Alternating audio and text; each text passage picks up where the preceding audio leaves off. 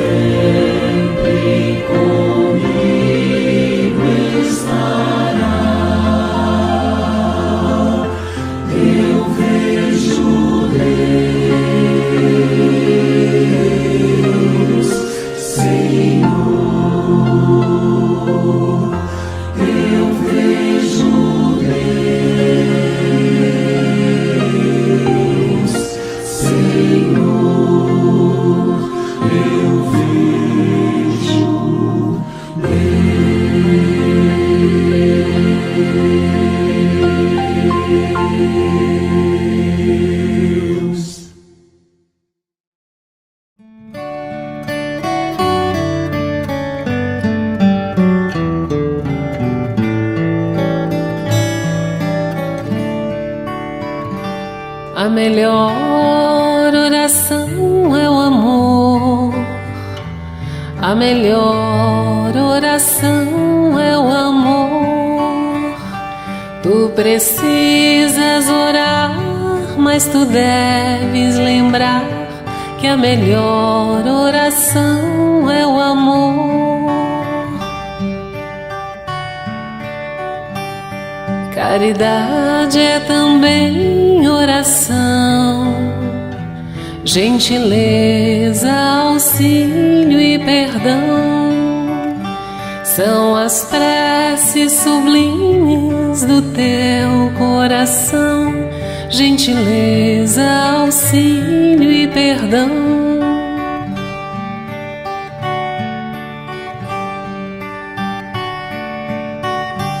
A melhor oração é o amor.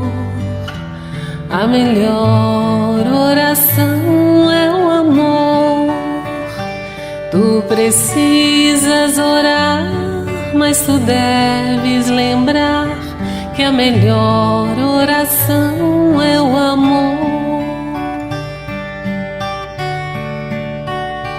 Caridade é também oração, gentileza, auxílio e perdão.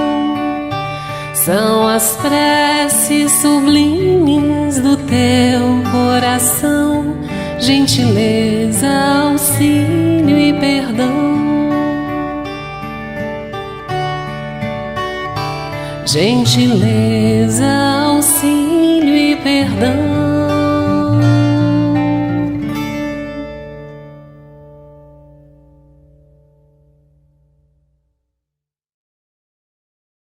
Francisco de Assis, ele viveu Jesus. E então, em todos os momentos que ele declamava esta prece, cantava, porque dizem que Francisco de Assis também cantava, ele exaltava a grandiosidade dos ensinos de Jesus, compreender mais do que exigir compreensão, amar, semear a paz, semear a esperança, a compreensão de uma vida mais plena.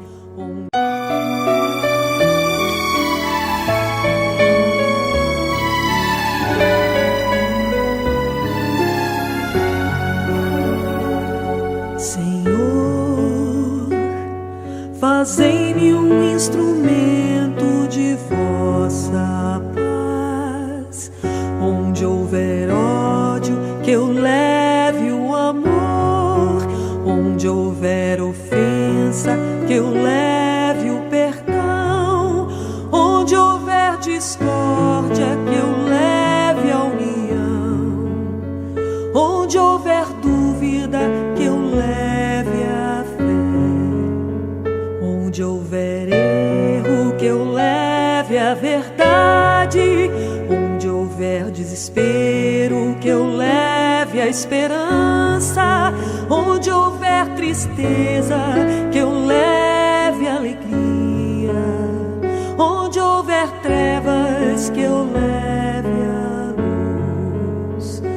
Ó Mestre, fazei que eu procure mais consolar que ser consolado, compreender que ser compreendido, amar que ser amado, pois é dando que se recebe, é perdoando que se é perdoado, e é morrendo que se vive para a vida eterna.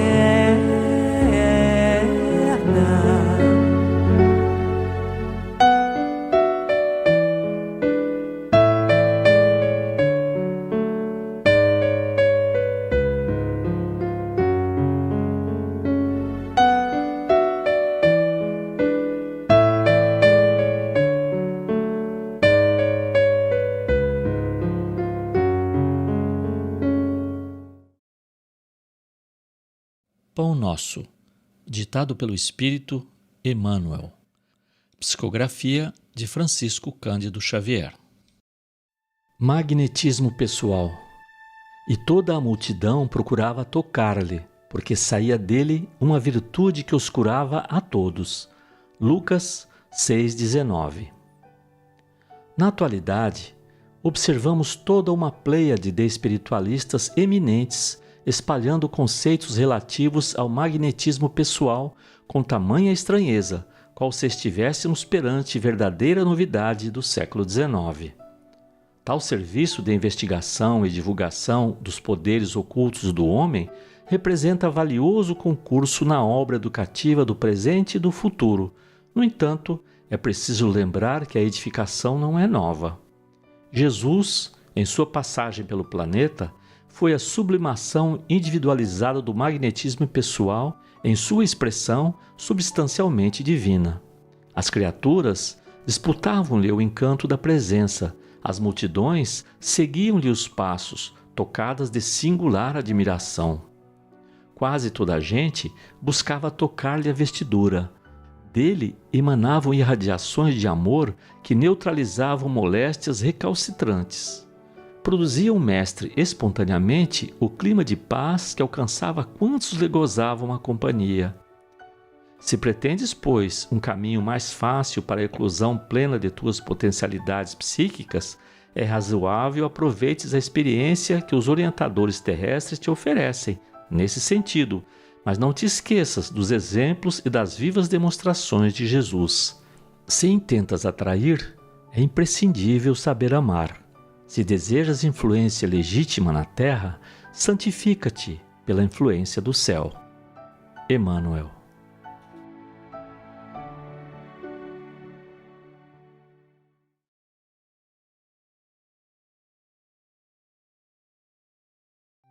Pai, gratidão por seu amor e graças sempre renovados em minha vida. Obrigado por me dar força para enfrentar e superar os desafios diários. Senhor, dai-me sabedoria e discernimento nas escolhas e decisões de cada dia. Proteja nossos lares, nossas famílias, nossos filhos, nossos queridos amigos e nos livra, Senhor, hoje e sempre de todo o mal.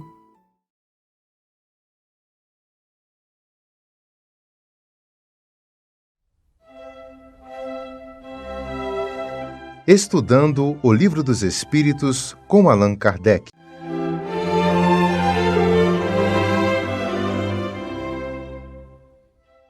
Boa noite a todos, que Jesus nos abençoe hoje e sempre.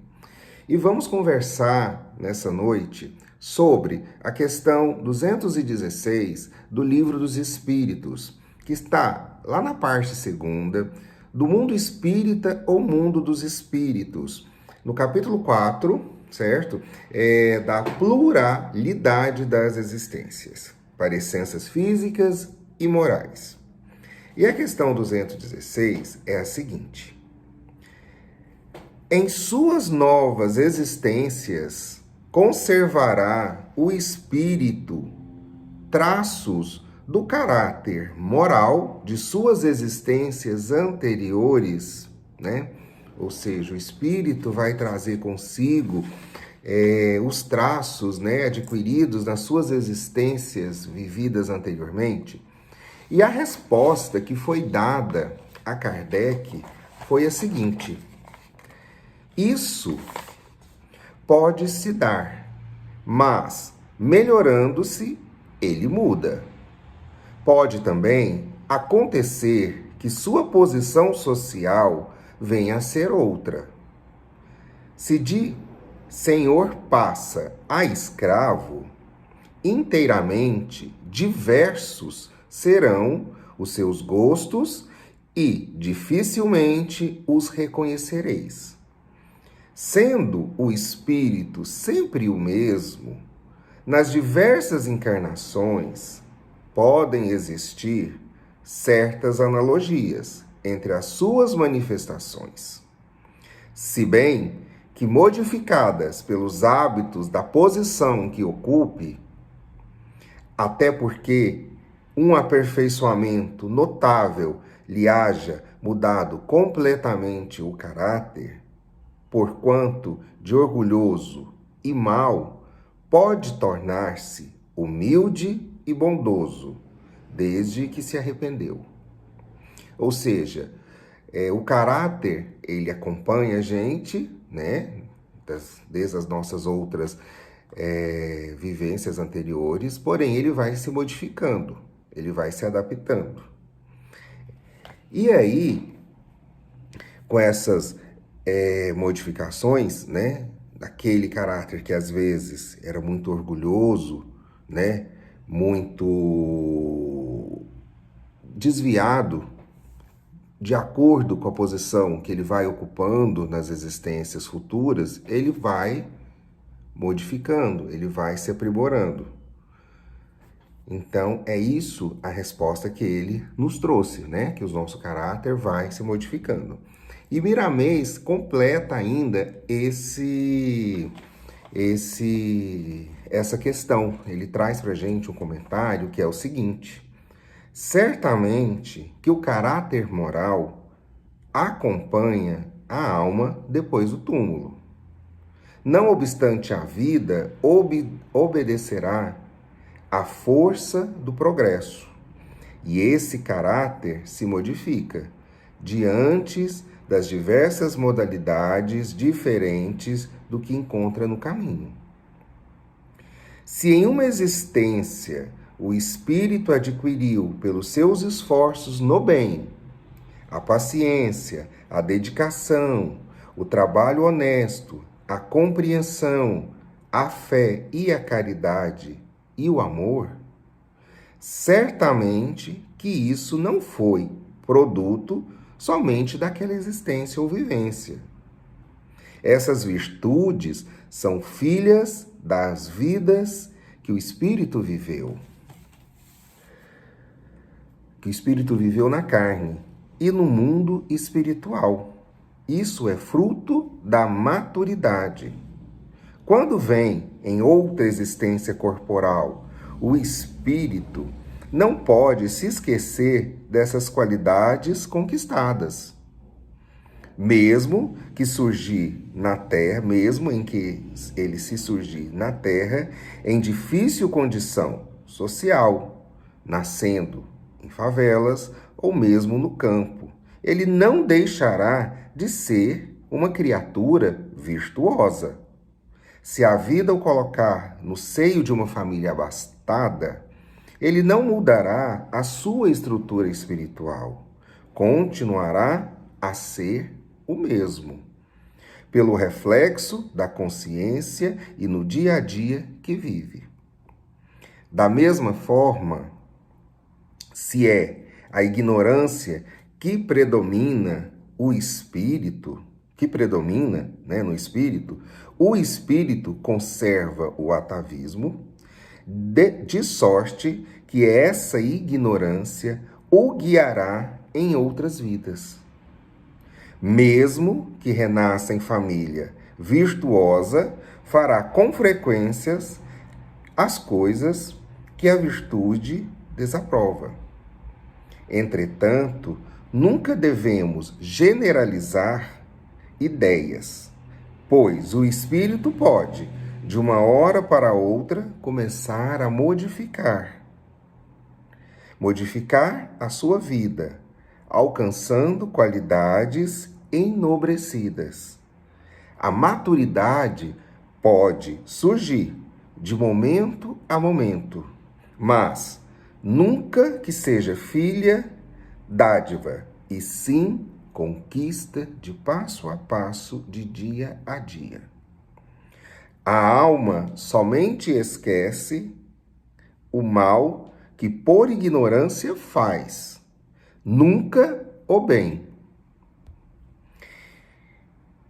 E assim, por ele, assim, por ser filho, o bem das leis naturais de Deus, quando alguém passa a esquecer o bem que vinha fazendo, é porque aquele não tinha Aquele bem não tinha se solidificado ainda em seu coração. Com o passar do tempo, o próprio tempo dá-lhe a noção verdadeira da vida que há de se levar. De trabalho, de honestidade, de compreensão e de amor e caridade. O mundo se encontra atualmente em um turbilhão de desespero.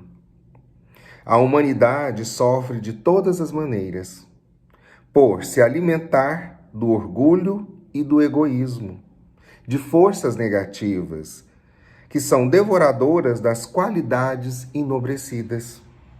A receita para a harmonia de todas as raças na Terra se encontra no Evangelho de nosso Senhor Jesus Cristo, cujos preceitos de luz nos induzem a viver mais feliz, mostrando que tudo é obra do Criador e que nós, encarnados e desencarnados, somos apenas usufrutuários das dádivas celestiais. Se queremos herdar bens precedentes de nós mesmos em outras existências, procuremos nos transformar moralmente hoje, agora. Mudemos de vida. Observemos os grandes homens da história, que são exemplos de vida reta, sem nos esquecermos do maior de todos eles, Jesus, padrão moral por excelência, sendo ele o caminho que deveremos seguir para encontrar a paz de consciência, aprendendo com Jesus como viver e entender, e por seu intermédio conhecer a verdade. A vida nos mostra as modificações constantes que devemos realizar, polindo os nossos ideais, iluminando as nossas qualidades, recebendo no coração a luz de Deus e abrindo os nossos braços no sentido de que Cristo possa nascer em nossos corações, espírito e alma. Toda modificação moral com Jesus requer sofrimento, sacrifício, problemas inúmeros e dores incontáveis. Toda subida exige esforço. As mudanças que ocorrem com os espíritos não são somente interiores. As reencarnações nos levarão a posições diferentes, para que aprendamos com elas a humanidade e o amor, e o direito de cada criatura onde ela se encontra, mais uma vez afirmar, para que possamos herdar qualidades morais elevadas. Plantemos as boas sementes que já conhecemos e de que o Evangelho é um celeiro inesgotável. Então, meus amigos, está dizendo o que aqui para nós esse comentário? Que o nosso caráter moral nos acompanha após o túmulo, né? Quando a gente desencarna. O nosso caráter moral, ele vai nos acompanhar em todas as encarnações, né? E que nós temos que observar a melhora, o progresso do nosso caráter, que o nosso caráter, ele se modifica diante das diversas modalidades diferentes que vamos encontrar no caminho, que é nas nossas diferentes encarnações. Então, nós estamos, né, ele nos diz que nos acompanha e vai estar melhorando a cada encarnação. Mas para isso temos que buscar, né, nos inspirarmos e seguirmos o modelo e os exemplos de Jesus. Então, meus irmãos, fica aí para nós a reflexão dessa questão 216, né, que foi sobre a existência, né? Sobre diante das novas existências, se o nosso espírito conservará o caráter moral das existências anteriores. Então, né, nos foi dito que sim, que ele conservará e melhorará, né, a cada progresso que fizermos nas nossas encarnações futuras. Fiquem todos com Deus, um grande abraço e que Jesus nos abençoe.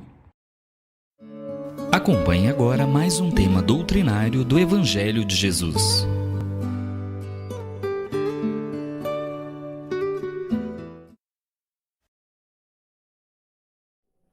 Boa noite. É com muita alegria que aqui me encontro, agradecendo o pessoal do Centro Espírita Irmão Aniceto pela oportunidade, não é? Estamos felizes porque estamos tendo a oportunidade de falar sobre o Evangelho de Jesus. E nós vamos falar sobre os mistérios ocultos aos sábios e aos prudentes. Está no capítulo 7 do Evangelho segundo o Espiritismo, itens 8 a 10. E nós vamos, para iniciar, fazer a leitura da abertura, né, da passagem de Mateus, que está no capítulo 11, versículo 25, né, da narração de Jesus. Então, Jesus disse estas palavras: Eu vos rendo glória, meu Pai, Senhor do céu e da terra, por haverdes ocultado estas coisas aos sábios e aos prudentes, e por as haver revelado aos simples e aos pequenos. Por que será que Jesus agradeceu a Deus?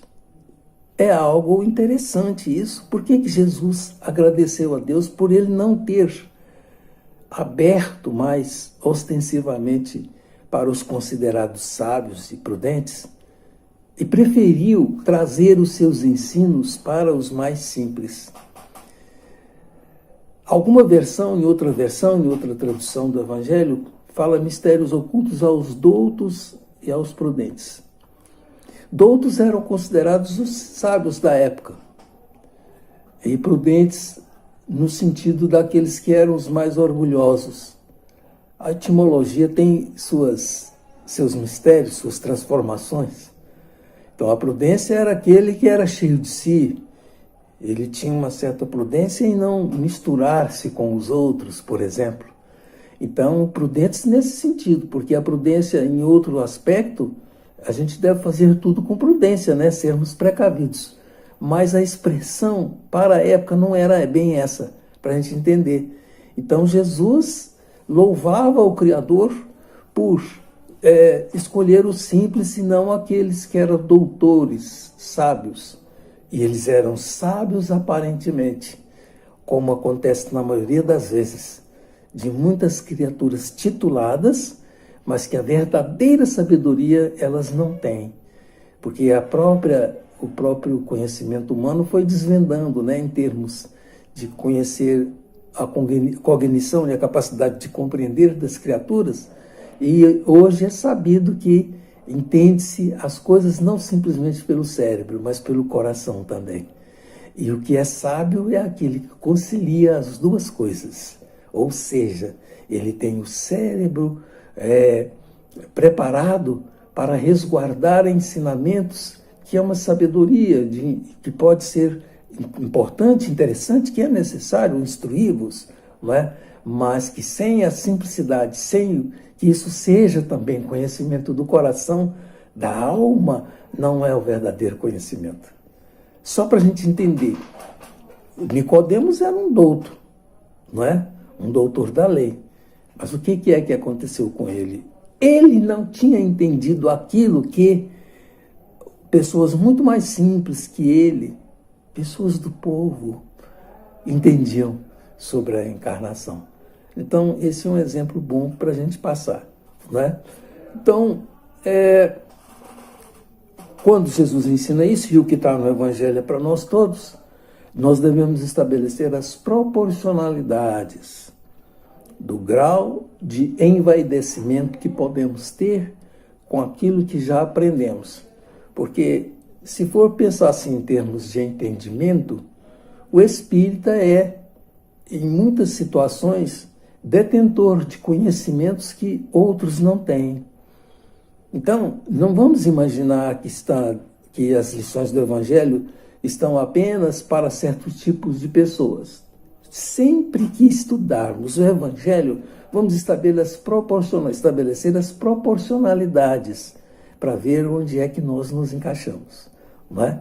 Então, é importante de cara, né, já assim, para ter um entendimento a respeito disso, que aqueles que só veem as coisas da terra são cegos para outros mistérios. Vamos considerar mistério todo conhecimento a ser desvendado. E a Terra está cheia disso e o universo está cheio disso. Porque faz parte da nossa evolução a capacidade de compreender, de entender, de instruir-nos. Não é? Então, se nós estivermos vendo somente as coisas da Terra, nós não estaremos aproveitando aquilo que é o conhecimento espiritual das coisas. Existe uma regra que a gente precisa guardar ela para a gente entender. Tudo na vida, tudo tem primeiro um fundamento espiritual. É interessante isso. Tudo que nós fizermos terá ou não validade no seu verdadeiro sentido, será patrimônio do espírito se nós compreendermos o aspecto espiritual. Todo gesto nosso, tudo que nos envolve tem um significado espiritual. A origem de tudo está na realidade do espírito. Então, uma forma para nós entendermos isso é até mesmo buscar as nossas origens. Eu não estou falando das nossas origens humanas, não. Eu estou falando das nossas origens espirituais. Como é que nós nascemos? Simples e ignorantes. A gente vê isso na questão 115 do Livro dos Espíritos. Por que isso? É interessante entender isso. Esses dois caracteres da simplicidade e da ignorância. Ser simples, ser ignorante. Então, a simplicidade é uma base, um alicerce para toda a vida do nosso existir, para o nosso crescimento em espírito. E a ignorância, quando nós nascemos, é aquele painel limpo onde nós vamos salpicando esse painel aos poucos com aquilo que nós vamos conhecendo. Mas como a simplicidade é o anteparo para nós nos governarmos dentro da sapiência, dentro da sabedoria, e não desperdiçarmos aquilo que aprendemos, a simplicidade tem que nos acompanhar.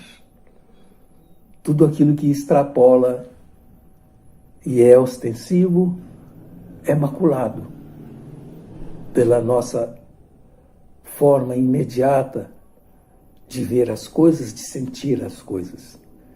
Então, isto é muito importante nós compreendermos isso. Há muita gente que confunde a simplicidade, não é? Porque acha que, às vezes, falta de conhecimento é simplicidade. Não, aí é falta de conhecimento mesmo. Aí é a ignorância que não está ativando-se para transformar-se em sabedoria. Então, nós precisamos tomar muito cuidado, porque ninguém está dizendo que não poderemos buscar a sabedoria. Nós temos que instruir-nos. Faz parte do processo humano.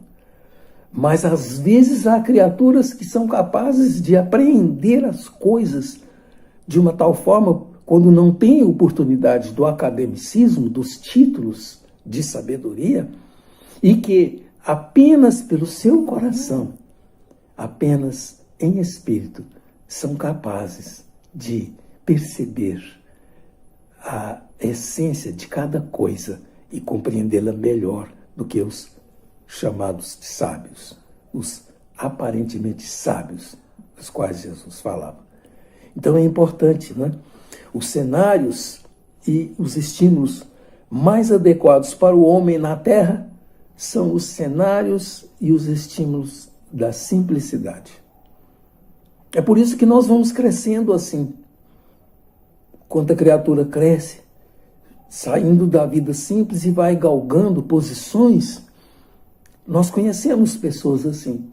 Alguns atropelam o seu próprio desenvolvimento, que ficam cheios de si, porque ficam sábios, às vezes enriquecem, e ficam perdidos em meio à sua própria sabedoria, e se perdem, esquecem o valor espiritual. Mas há aqueles que não perdem. Nós temos como exemplo aqueles que foram os grandes mesmo. Basta observar isso. Os grandes homens, eles foram sábios, mas simples. Olha, quem conheceu o Chico Xavier pode ter uma noção exata sobre isso. Ainda hoje estava lendo um novo livro que saiu, chamado Perfil de Chico Xavier, do Weimar, Dr. Weimar, que ele desencarnou há pouco e deixou esse livro. E lá falando sobre o grau de sabedoria que o Chico tinha, espírito já de uma estirpe de conhecimento profundo. Mas ele não demonstrava isso, porque ele se fazia simples e chegava a dizer que se considerava um cisco. Então, é importante nós compreendermos isso sem perder a noção do quão é importante saber, não é? Mas que não sejamos sábios aparentemente. Que nós entendamos que o segredo é buscar o conhecimento, descobrindo as verdades nas coisas simples. Porque, por mais que uma coisa seja grande, qualquer coisa que cresce, vamos imaginar, o melhor exemplo que a gente busca é o edifício, não é? Quando se constrói um edifício, vamos dizer, o maior edifício que foi construído no mundo. Eu estou desatualizado, não sei qual que é atualmente. Houve uma época que já tem tempo, era o Empire State, nos Estados Unidos. Mas depois disso já surgiram outros. Então, o maior edifício do mundo, a sua base, começa então da forma mais simples possível, a sua base é tão importante que é preciso das manutenções que garantam, porque se qualquer básico, em qualquer coisa, em qualquer edifício, se as bases falharem, o resto é derruído. Então, é assim que a gente tem que entender, não é? Essa simplicidade sendo uma sustentação, porque senão nós vamos desperdiçar o nosso conhecimento. E, nesse caso, estará faltando para nós, então, o equilíbrio que faz com que nós sejamos sábios, mas ao mesmo tempo que nós sejamos simples, não é? Como espíritas, isso às vezes pode nos atrapalhar muito. Eu vou dizer uma coisa, até fazer uma pontuação aqui, sobre o movimento espírita mesmo. Pouca gente sabe, mas há muitas criaturas que estão dificultando, porque são sábios, aparentemente sábios. Desde a época de Kardec aconteceu isso. São criaturas que às vezes aprofundam um certo conhecimento, porque dentro das teorias do conhecimento há avanços profundos, mas eles têm que ser adaptados à época de cada um e às condições de cada um. Muita coisa foi revelada pela ciência espírita, mas quando eles acharam que o Chico não estava muito bom da cabeça, porque o que ele estava dizendo era um pouco avançado, Isso tinha sido, segundo ele, tinha essas coisas todas sendo estudadas com o Emmanuel. Então era algo que saía, mas que precisava sair naquela época para que, aos poucos, começasse a ser apreendido pela própria ciência, a ciência simples do homem pudesse ir entendendo depois a ciência espírita, a ciência dos espíritos, coisa que está acontecendo agora.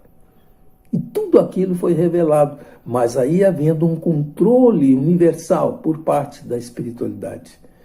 Quem somos nós para querermos avançar naquilo que foi proposto pela cúpula divina? Quem somos nós? Sejamos simples e respeitemos a simplicidade da doutrina espírita, porque ela foi feita para ser, aos poucos, aprendida.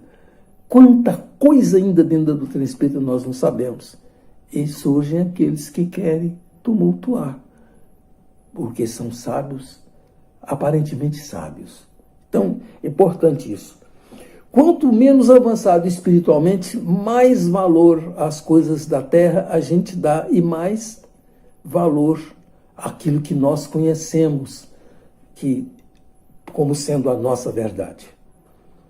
Então, muitos que são sábios do ponto de vista acadêmico, que dentro das suas ciências, das suas filosofias, das suas pesquisas, são criaturas que têm muito conhecimento das coisas da terra, mas, por orgulho, não aceitam conhecimentos que são transcendentes e que é preciso muita humildade para reconhecermos que nós simplesmente ainda não conhecemos nada.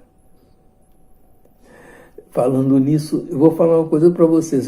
Teve uma época que eu, com o meu orgulho besta, com a minha ignorância, fiquei chateado com as minhas meditações. Fiquei assim meio depressivo, pensando, mas o que eu sou? Porque quanto mais a gente descobre, a gente sabe que diante da vida, nós não sabemos nada.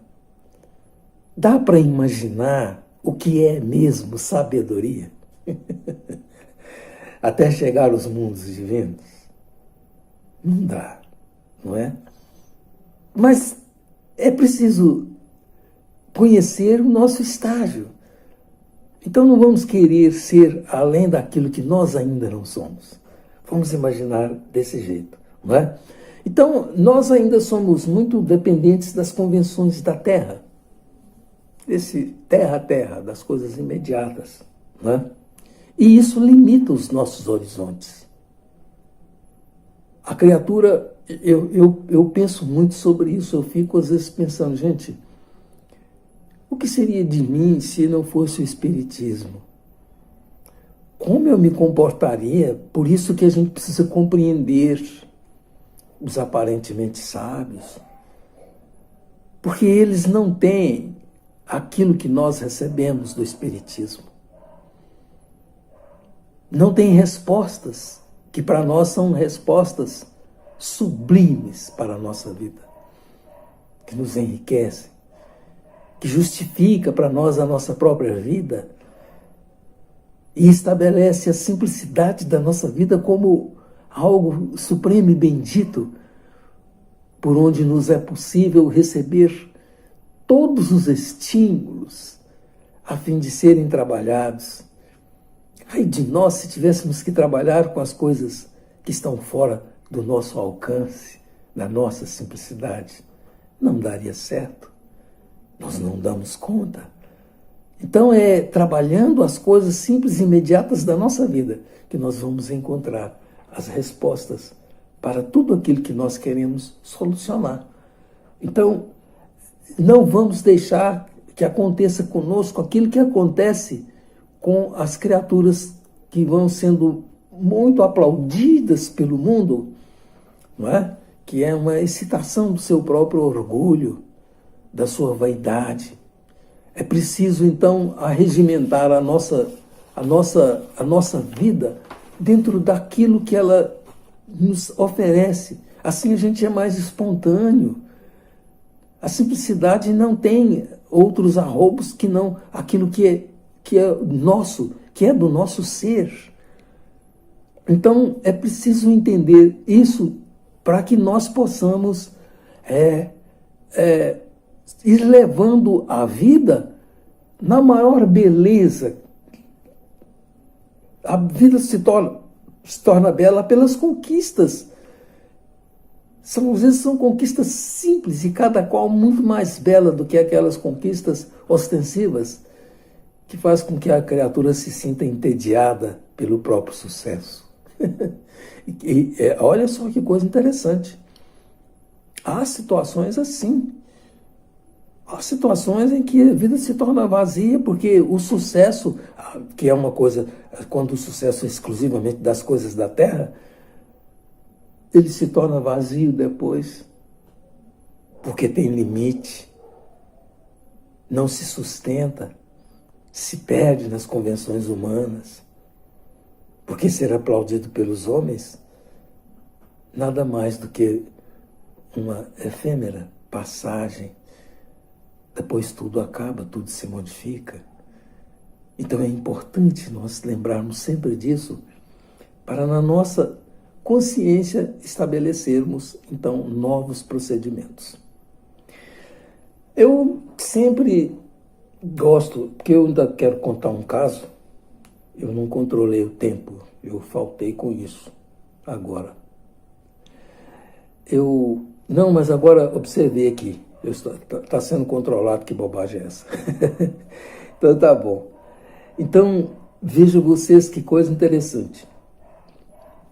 O que eu ia dizer, desculpem, o que eu quero dizer é que sempre eu gosto de demonstrar, né, colocar alguns pontos que são mais, assim, imediatos, que são práticos, né? Eu acho que é sempre interessante isso quando a gente fala sobre o Evangelho, né, quando a gente está apresentando alguma coisa assim para servir de reflexão.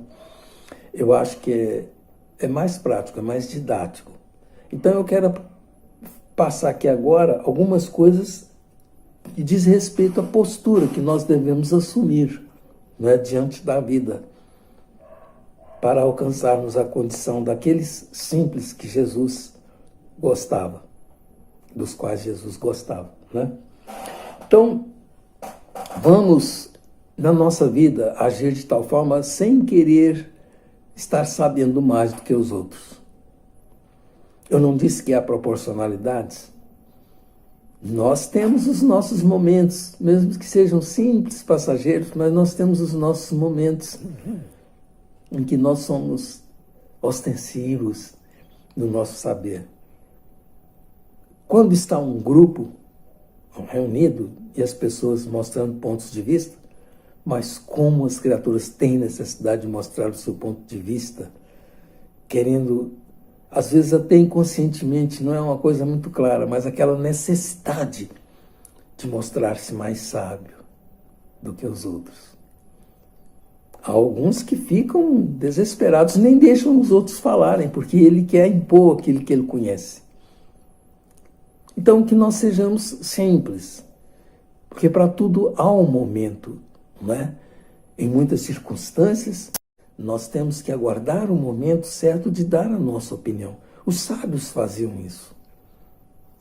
E muitas vezes ouviam, sendo-lhes possível observar as carências de quem falava, para depois, então, com simplicidade, elucidar a questão. Não é? Vamos buscar a sabedoria, então, sem perder a simplicidade. Que coisa bela é a gente ver a pessoa que detém um conhecimento, mas tem essa psicologia, como se fosse uma psicologia. Tem a capacidade de baixar ao nível do entendimento daquele que, tendo menos conhecimento, que teve menos oportunidade, possa compreender. Isso acontece com os espíritos superiores e que se esforçam e se revestem de simplicidade para poderem trazer luz. Então, é isso que nós temos que buscar, essa compreensão de sermos simples em tudo que fazemos, em tudo que expomos. Colocar os valores espirituais como os mistérios ocultos a serem buscados. E sendo simples, nós estaremos sendo eleitos na forma como Jesus disse, que chegou a louvar o Senhor, porque o Senhor permitiu que ele, orientou ele para que ele ensinasse aos mais simples. E Jesus agradeceu por quê? É que nem um professor que recebe uma designação e que, ao invés de enfrentar uma missão dura, de falar com aqueles difíceis, que queriam saber mais do que o professor, então o diretor da escola fala com ele, não, você vai ensinar essas criaturas que estão simples, porque na simplicidade a pessoa pode sentir a sua própria necessidade e se torna um sedento do saber. Então, é preciso que a gente entenda isso. Respeitar a condição dos aparentemente sábios sem conivência. Tomar cuidado. Tem muita coisa por aí que nem sempre é a melhor verdade, que empolga, chama atenção, porque os doutos são assim. Os doutores, os aparentemente sábios que eu estou dizendo. Não estou dizendo que os doutores são assim. Eu preciso explicar isso bem. São aqueles aparentemente sábios. Então, tem muitos aparentemente sábios que estão desmantelando aquilo que é o verdadeiro ensino. Mostrar o nosso conhecimento apenas quando necessário. Não precisamos ficar aí loucos para extravasar, não é? Não precisamos, não é? E lembrar que aqui na Terra estamos engatinhando ainda no saber. Uma forma de nós sermos mais simples e aceitar a nossa pequenez. É preciso entender isso. Porque por mais que alguém saiba, vamos que fosse eleito comprovadamente o maior de todos os sábios que passou pela Terra. Porque isso eu acho que é meio subjetivo, né? Então, o maior sábio que passou pela Terra, diante da sabedoria do universo, ele não sabe nada. Então, por que nós vamos querer ser mais do que os outros, se nós, por mais que soubéssemos, ainda estamos engatinhando no saber, não é? Então, é preciso observar isso. Eu tenho 4 casos, mas é evidente que não vai dar para contar os 4 casos. Talvez uns 2.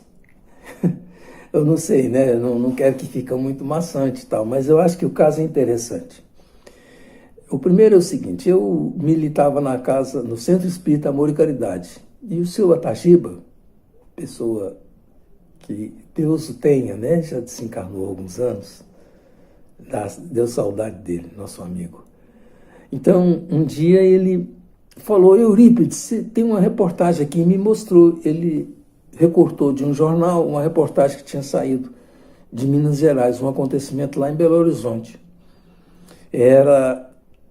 Tratava-se do seguinte, um médico muito conhecido, de família tradicional, família muito rica, e o médico estava muito chateado porque o seu pai foi acometido de um câncer, e ele era frustrado porque, apesar de médico, a medicina não dava condição a ele de auxiliar o seu pai como ele devia, de curar o seu pai. Um determinado dia ele saiu, foi para o trabalho. Mas olha só como as coisas acontecem, a espiritualidade sempre trabalhando. Naquele dia, ele resolveu voltar para casa mais cedo, de tanta preocupação com o pai. Ele nunca fazia isso. Ele suspendeu atendimentos. Voltou para casa. Quando ele chega em casa, ele descobre que a família tinha aproveitado a ausência dele e às escondidas, porque estava em desespero, buscando tudo quanto era solução, e tinham buscado um preto velho, um médium, que era conhecido, porque já tinha curado algumas pessoas. E no desespero, apesar das convenções humanas, aquela família riquíssima, que morava naquele palácio, trouxe o homem que estava sentado à beira do enfermo, naturalmente naqueles alvos lençóis de linho, podendo simbolizar assim.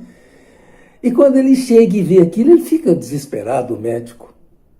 Onde já se viu? O que esse preto velho está fazendo aqui? Na cama do meu pai. Uma coisa mais ou menos assim, né? E o preto velho atende ele, né? Aquele linguajar, naturalmente, né? Até dito para ele, filho, meu doutor e tal. O senhor está falando isso, mas vai lá que ele era um médium, né? Falou, vai lá na sua estante e tira aquele livro. Agora eu não estou lembrado se era o Evangelho ou se era o Livro dos Espíritos. Ele estava às escondidas lendo, porque ele estava buscando soluções também, mas ele não aceitava uma coisa daquela tão simples, né? De um preto velho, pelas convenções humanas e pelos caracteres, pelo perfil daquela criatura, com a sua negritude e com as suas vestes tão simples, de repente feria a sensibilidade dele. E ele começou, né, por certo, se deixasse, ele ia querer suspender tudo e escorraçar o preto velho. Mas foi quando, então, o preto velho dá lugar à sua própria personificação e fala, tá bom, então agora eu vou dizer para você, em outras palavras, né? Diz para ele, você conhece na história da medicina o médico tal, o doutor fulano de tal. Esse doutor fulano sou eu, um médico estudado, né? Um médico que foi famoso na França. E aí ele explicou para ele, inclusive, muita coisa sobre medicina, ensinou para ele, para mostrar para ele. Então ele mudou a concepção dele. O restante, a sequência da vida, eu não sei o que aconteceu com esse médico. Mas só estou querendo dizer que, por exemplo, já tivemos informação de que muitas dessas criaturas se revestem da condição de pretos velhos, mas são espíritos numa certa condição. E eu cheguei a ouvir de um deles que, quando ele viveu na Terra, na condição de preto velho, foi quando ele mais se aproximou de Deus e abençoava a sua encarnação. Esse é um dos fatos que eu quis trazer, porque eu acho que ele ilustra bem o que significa a simplicidade. Mas teria mais outros casos, estou vendo o tempo aqui, vou contar mais um. Eu espero que eu não esteja entediando a vocês, né? Vou arriscar. Então, eu vou contar o caso que é o seguinte. Esse caso, inclusive, é narrado num dos livros também do Weimar. Por incrível que pareça, o Weimar era muito chegado ao Chico Xavier, né? Então, ele conta o caso de quando eles estavam na peregrinação. A peregrinação era aos sábados. Eu já contei esse caso em vários lugares, eu acho ele importante. A peregrinação era aos sábados. Então, era aquela fileira de gente, aquele cortejo, né, que acompanhava o Chico e ia de casa em casa para poder fazer o culto do Evangelho. E, às vezes, até algumas coisinhas o Chico distribuía, porque o povo dava para ele, botava no paletó dele, chegava lá na frente e ele já distribuía. Então, numa dessas, era um largo. Hoje é diferente. Eu estive lá, quando bem jovem, participando dessas peregrinações, mas nesse dia, naquele largo ali, que nem parecido quando começam os arraiais, às vezes fica um largo assim, né? As casas, fileiras de casas, a casa à direita, a casa à esquerda, mas bem distante uma da outra. E lá no fundo, às vezes uma igreja. Muitos arraiais, muitas cidades começaram assim. Então lá nesse local era assim. Então o Chico ia andando, de repente ele olha assim ao lado e vê um pouco mais distante, porque era ao largo, não é? Ele vê um homem negro debruçado sobre a própria vassoura, mirando o pôr do sol, porque era de tardezinha, assim, nesse horário que fazia essa caminhada. O Chico pediu licença ao pessoal e foi lá ter-se com esse indivíduo simples. O Chico pediu e as pessoas aguardaram ele, né? Questão ética, ninguém ousou ir lá ter-se também com aquela criatura, junto com o Chico. Deu para perceber que o Chico falou algumas coisas, reverenciou, não é? Tipo assim, deve ter beijado as mãos daquela criatura com um respeito muito grande e voltou. Mas como há sempre as pessoas que são assim indiscretas, não é? E gostam de saber tudo, perguntou o Chico, né? Contrariando uma ética que precisava ser mantida, a gente entende assim, mas perguntou para ele o que ele tinha ido fazer lá, o que ele tinha conversado com aquela criatura. E o Chico disse, não, eu fui apenas conversar com aquela criatura que reencarnou aqui na Terra nessa condição apenas para sentir as belezas da Terra, mas ele não precisava mais estar aqui. Por que será que essa criatura houve por bem escolher vir nessa condição e na expectativa de poder curtir as belezas da Terra, ele se envolveu no manto da mais pura simplicidade.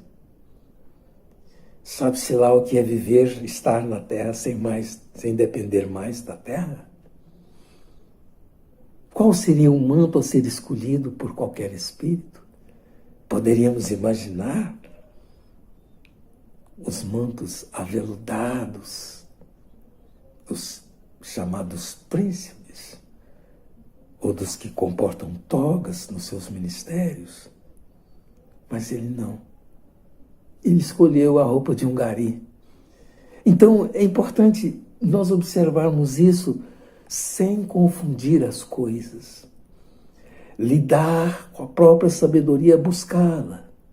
Estudar muito, mas com simplicidade. Conhecemos pessoas assim. Tivemos a bênção de conhecer muitas pessoas no próprio movimento espírita, desde que fomos crianças. Convivemos com pessoas mais velhas. Eu era criança e gostava de estar com as pessoas mais velhas e curtia deles. Lembro-me bem de muitos deles, numa simplicidade, assim como simples eram os homens da Casa do Caminho. Paulo, com toda a sabedoria, como um doutor da lei, teve que quedar-se e aprender com eles. Que nós sejamos assim. Vamos eleger as criaturas como sendo criaturas que podem ter alguma coisa a nos ensinar. É muito mais valioso aprender do que querer ensinar, pura e simplesmente. Que Jesus nos ilumine, nos fortaleça, para que a condição de simplicidade com que Deus nos colocou nos enterneça para o bem, nos anime para o bem ao invés de nos desanimar. Porque para aquele que é simples e que busca a sabedoria e a comporta dentro da sua simplicidade, este é o verdadeiro sábio. E como nós temos à disposição o maior dos conhecimentos para a alma, que é o conhecimento espírita, sejamos simples e espíritas estudiosos. Muita paz para todos, paz no coração de todos. Que Jesus nos ilumine e nos fortaleça, abençoe a nossa vida, enriquecendo-a com os estímulos de simplicidade, para não nos empolgarmos indevidamente com as coisas da terra. Paz no coração de todos. Muito obrigado.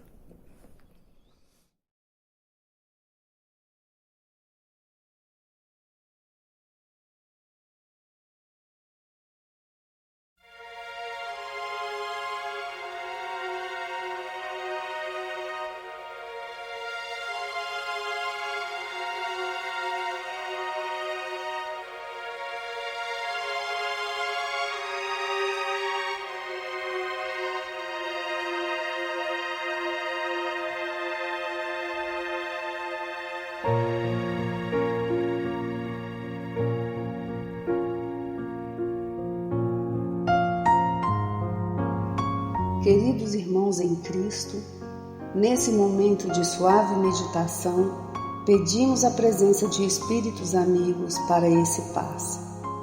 Senhor de infinito poder e bondade, ajudai-nos a retirar da nossa mente todos os pensamentos negativos que se encontram alojados em nossa alma, fruto da nossa condição de ser imperfeito.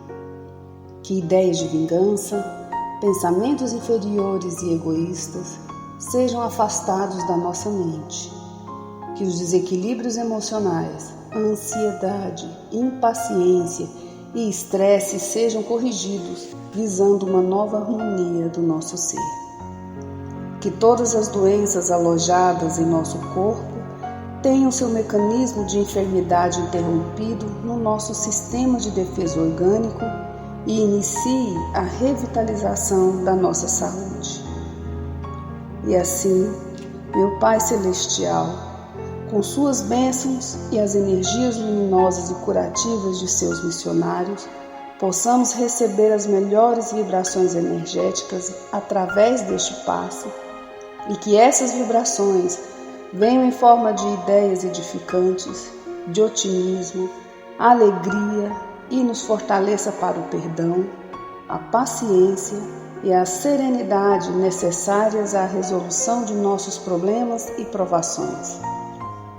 Peço, Senhor, que nos ensine a viver um dia de cada vez, que nos oriente a superar os traumas do passado e guardar apenas as lições valiosas, tanto de experiências felizes como as dolorosas. Também, Senhor, permita o cuidado necessário para controlarmos o medo diante do futuro que ainda está fora do nosso alcance. Que possamos aproveitar a beleza e o sabor dessa existência em cada momento sagrado que o Senhor nos permite viver, com sabedoria, discernimento e entusiasmo pela vida. Que nessa jornada terrena possamos aprender a nos elevar espiritualmente um pouco a cada dia, sempre seguindo os conselhos do Cristo. E que o espírito de fraternidade, o amor de Deus ao próximo e a nós mesmos sejam a base do nosso comportamento e a prática da caridade e do perdão a nossa conduta diária. E dessa forma possamos ser merecedores das suas bênçãos, nos fortalecendo e curando nossas enfermidades por sua intercessão misericordiosa. Em nome de Jesus, agradecemos por tudo que recebemos até o dia de hoje, rogando mais uma vez a tua proteção, o teu amor e a tua paz.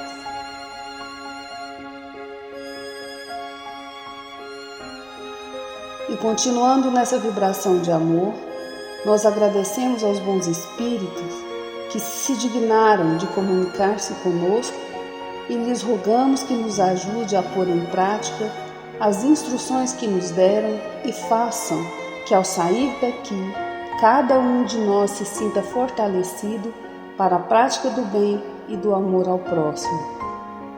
Também desejamos que as suas instruções aproveitem aos espíritos sofredores, ignorantes ou viciosos, que tenham participado da nossa reunião e para os quais imploramos a misericórdia de Deus. Que assim seja.